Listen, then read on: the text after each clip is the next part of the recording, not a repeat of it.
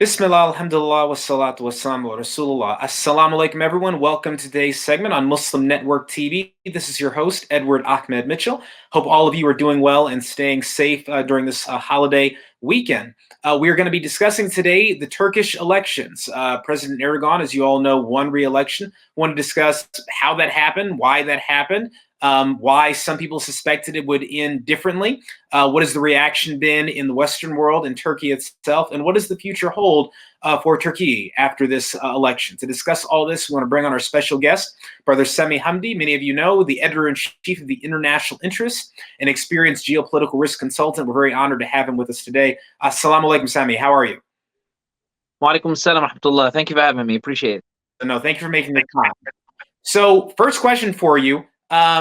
Were you surprised at the outcome? Not necessarily the second round, but the first round, and how well President Erdogan did compared to expectations. Were you personally surprised? What was your reaction to that? And why do you think he defied expectations?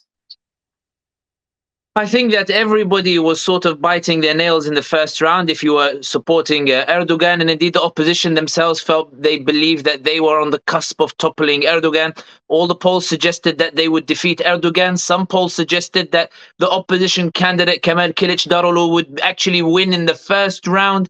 There was this overwhelming international media campaign that presented Kılıçdaroğlu as the savior of democracy, and this idea that this time, as a result of his six-party alliance and more, that included the likes of Davutoglu, the former prime minister, Babacan, the former economics minister, that included Meral Akşener, the mayor of Istanbul, İmamoğlu.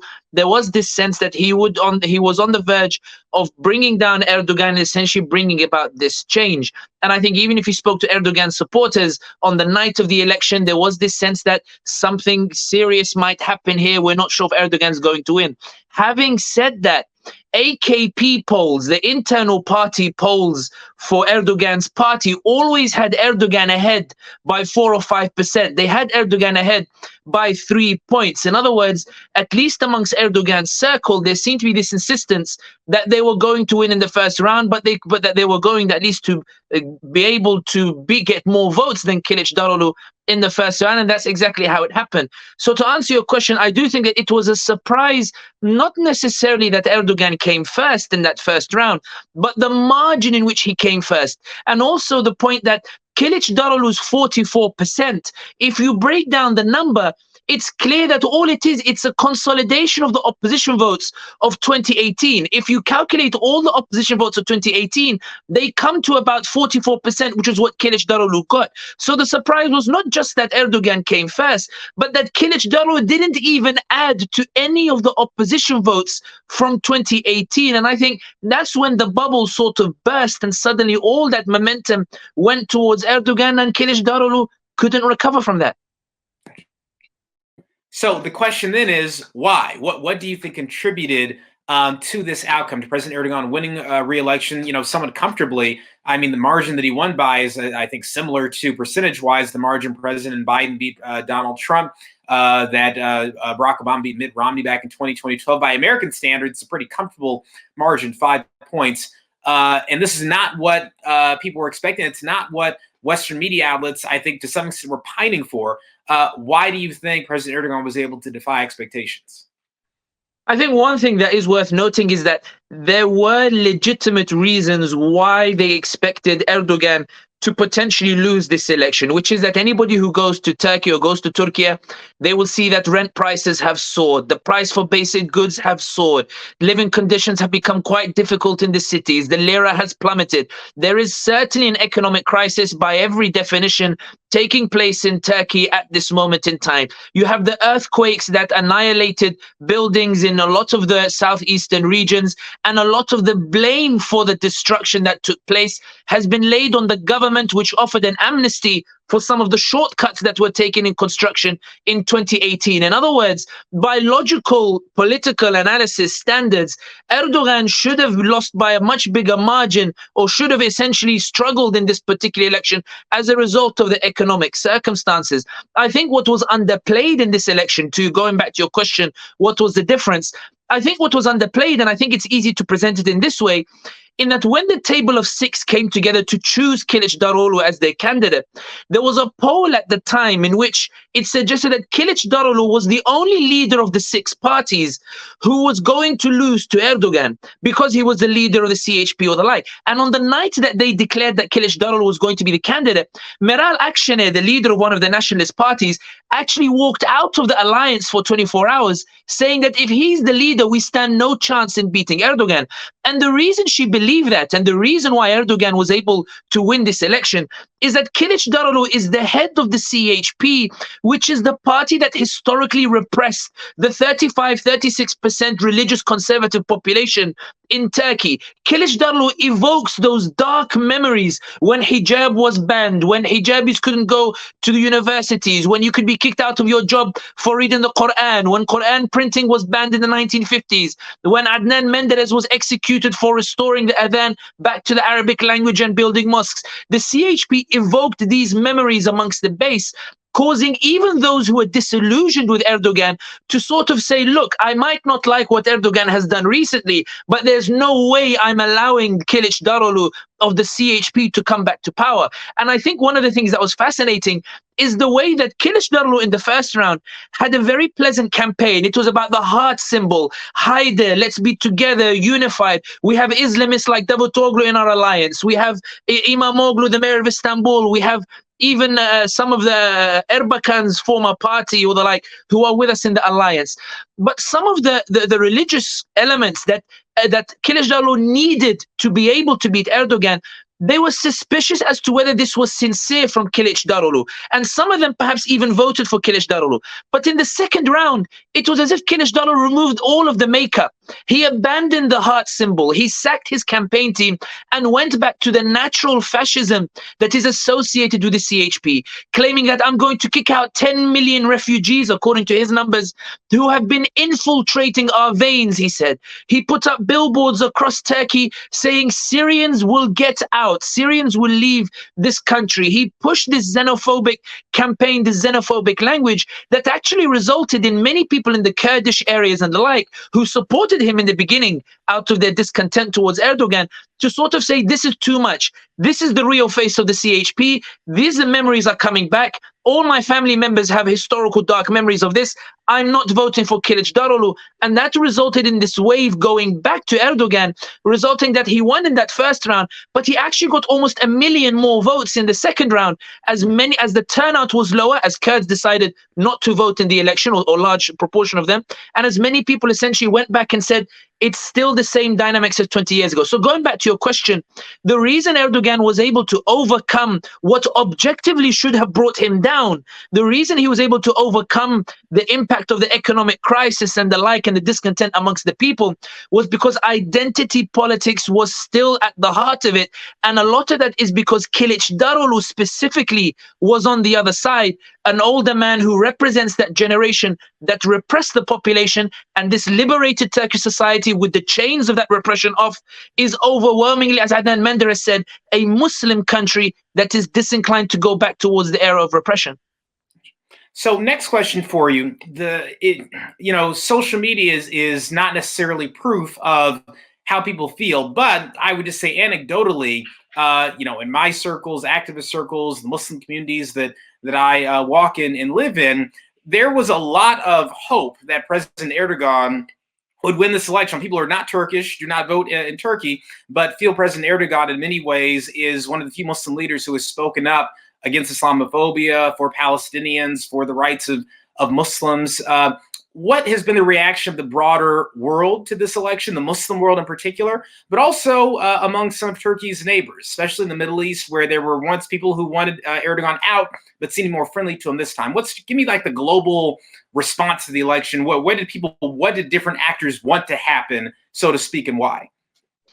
I think we'll start with the people. There have been videos emerging of celebrations taking place in Muslim communities around the world, in Germany, in the US, in the UK, in a lot of the Arab countries, amongst the populations in particular, celebrating Erdogan, somebody who they believe has transformed Turkey into a haven for Muslims. I remember Turkey before Erdogan quite a repressive anti-expression of religion. Erdogan has made it, and it was reflected in, if you remember, on the night of the first round, just before the vote, Erdogan went to the Hagia Sophia, and there was that incredible scenes of thousands of people, Bismillah, Allahu Akbar, while Kılıçdaroğlu was laying flowers on the grave of Ataturk.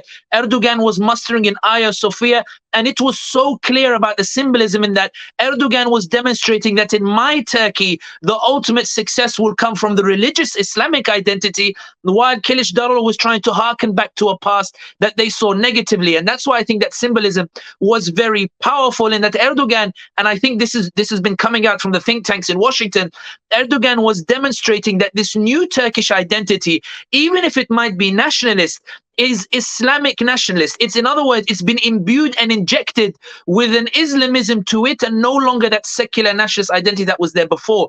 The reason that's important is because that's why it evoked the resonance. That's why Muslims around the world were hoping Erdogan would win, because they said, even if there are some pragmatic policies that we don't like, the impact he's had on Turkey is clear. The religious freedoms is clear. The promotion of Islam is clear. The cinematic Ertuğrul, Arsalan, and all these other Kuruluş Osman, and the push is clear. It's towards this Muslim identity.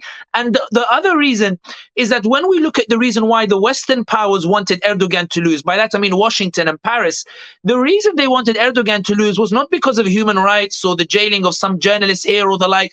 The reason they wanted him to lose was because Erdogan has made Turkey into a power that can assert itself. When Erdogan was being squeezed in the Mediterranean, he sent his troops to Libya to break this chokehold that was forming via Greece, Cyprus, Egypt, Israel, and the like, trying to cut off Turkey's access to resources or exploration of resources in the Mediterranean. In Syria, when the Americans have supported Kurdish separatists to carve out an autonomous region, Erdogan has unilaterally acted to preserve the territorial integrity by sending troops across the border and ensuring that those secular liberal Kurdish separatist groups cannot set up their state. When we talk about the idea of the Americans pressuring Erdogan to fall in line, Erdogan has gone to Moscow, leveraged that relationship, squeezed Washington into sending the head of the CIA, the foreign minister, the vice president, to Turkey to plead with Erdogan and make concessions.